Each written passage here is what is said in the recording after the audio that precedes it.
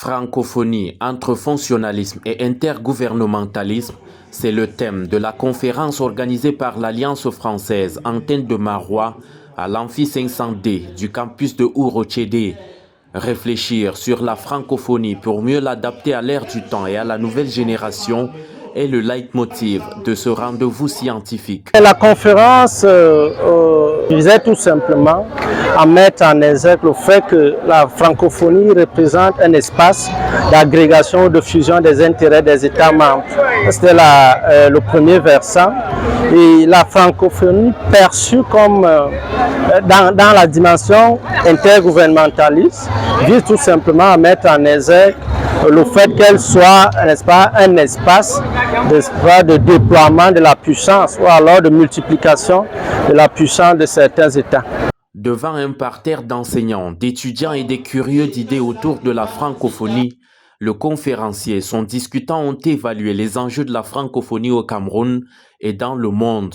La francophonie a toute une direction au ministère des Relations extérieures et il y a toute une semaine qui est consacrée à ces activités. Sauf que la relation entre le Cameroun et la France n'est pas la relation entre le Cameroun et l'Organisation internationale de la francophonie. Au terme des interventions et des échanges, les participants ont bénéficié d'un riche enseignement pouvant les aider à cerner les contours de la relation Cameroun-francophonie. Je pense que cette conférence a été très enrichissante parce que les informations sur le plan géopolitique nous ont été livrées.